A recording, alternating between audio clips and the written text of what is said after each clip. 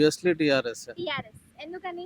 ఇప్పుడున్న సినారియోలో మనం చూసుకుంటుంటే ఐటీ పరంగా కానీ ఎక్కువ ఉంది తెలంగాణలో, యూత్ ఎక్కువ ఉన్నారు కాబట్టి యూత్కి సంబంధించిందే నడుస్తుంది కాబట్టి టీఆర్ఎస్ వస్తే ఇంకా బాగుంటుంది.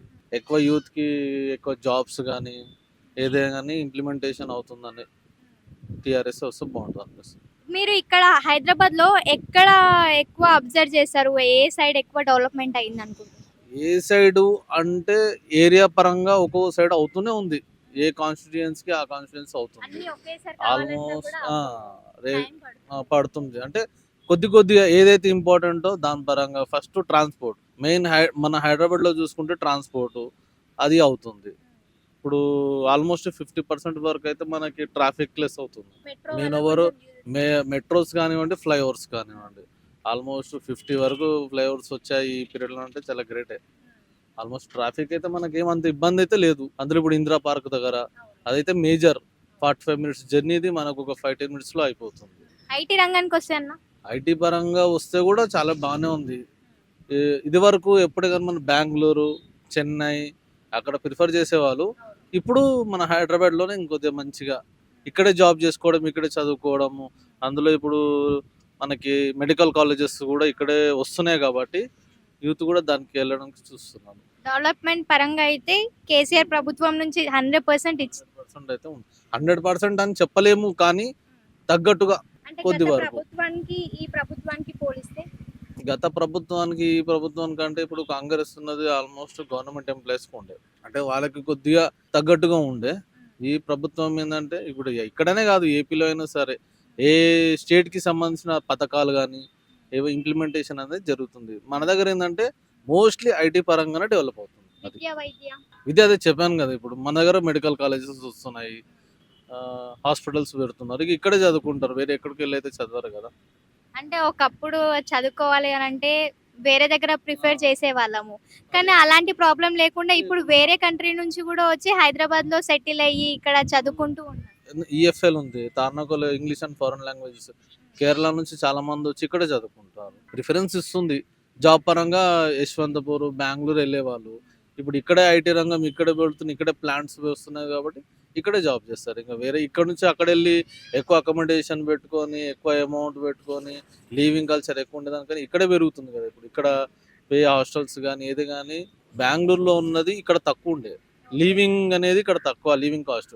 ఇప్పుడు అది కూడా డెవలప్ అవుతుంది. డెవలప్ అయిందంటే ఆల్మోస్ట్ మన హైదరాబాద్ కూడా డెవలప్ అవుతున్నట్టే కదా. ఒకప్పుడు ఈ ట్యాంక్ బండ్ పైన కూడా ఎవరు కూర్చునే వాళ్ళు కాదు. అండ్ ఎందుకంటే బాగా స్మెల్ వచ్చేది. కానీ ఇది ఇప్పుడు వరకు అయితే వచ్చేది, ఇప్పుడైతే బాగుంది. నేను ఆల్మోస్ట్ దాదాపు ఒక 5-6 ఇయర్స్ అవుతుంది. ఈ రోజు వచ్చా మళ్ళీ.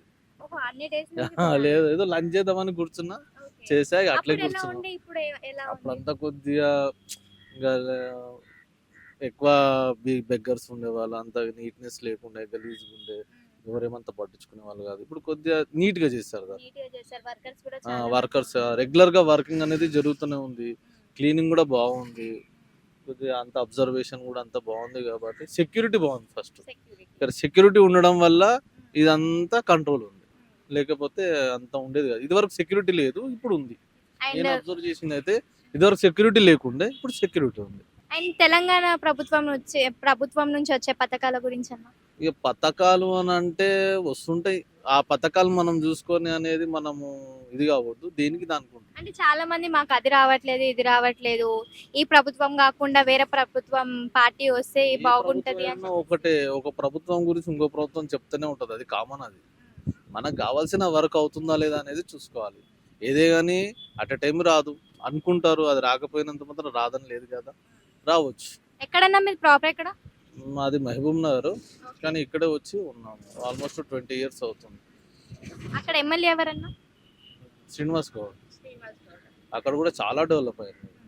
అక్కడనే కాదు, ఎక్కడైనా రోడ్స్, ట్రాన్స్పోర్ట్ కానీ, స్ట్రీట్స్ లైట్స్ కానీ, డ్రైనేజెస్ కానీ ఏదైనా చాలా డెవలప్ ఉంది. అప్పుడు మనకి డ్రైనేజ్ ప్రాబ్లం కూడా చాలా ఉండేది, ఇక్కడ వాటర్ ఉన్న ప్రాబ్లం ఇప్పుడు ఉండేది. ఓకే, చాలా బాగుంది. ఇప్పుడు ఏదున్నా కానీ ఎంసీహెచ్ వర్క్ కానీ ఇమీడియట్ గా చేస్తుంది. మన దగ్గర అసలు వచ్చింది అని అంటే తట్టుకోవడం చాలా కష్టం, అది కూడా విత్ ఇన్ ఫ్యూ డేస్ లోనే కవర్ చేస్తున్నారు. ఒకప్పుడు 1 వీక్ 10 డేస్ అయినా అలాగే ఉండేది, ఆ స్మెల్ కి దానికి. ఆ రామ్ నగర్ ఏరియా కానీ ఏదైనా కానీ ఇప్పుడు ఓకే. ఇప్పుడు ఇంటి దగ్గరకే చెత్త ఆటోస్ రావడం తీసుకొని వెళ్ళడం. ఎక్కడంటే అక్కడ ఉన్నా కానీ అంటే ఇప్పుడు పడేస్తూ ఉంటారు, అది కూడా రికవరీ చేస్తున్నారు. 3 డేస్కి ఒకసారి వచ్చి ఇమీడియట్ రికవరీ. ఒకప్పుడు 1 మంత్ అయినా వచ్చేవాళ్ళు కదండి, ఇప్పుడు రికవరీ చేస్తున్నారు. అది బాగుంది, డంపింగ్ యార్డ్ సిస్టమ్ కానీ. అయితే నెక్స్ట్ సీఎం ఎవరైతారు అనుకుంటున్నారన్న మీ ఒపీనియన్ ప్రకారంగా? నా ఒపీనియన్ ఫ్యూచర్ అయితే కేటీఆర్ అని అనుకుంటున్నాను. కేటీఆర్. ఈ నెక్స్ట్ కేటీఆర్ గారు. ఎలక్షన్స్ లో కేసీఆర్ గారు ఉంటే కేసీఆర్ గారు, కేసీఆర్ ఉంటే కేసీఆర్ కేసీఆర్, లేదంటే కేటీఆర్ కేటీఆర్ ఉంటే గారు. కేటీఆర్ పక్కా, కేటీఆర్ no గారు, doubt. నో డౌట్ అది.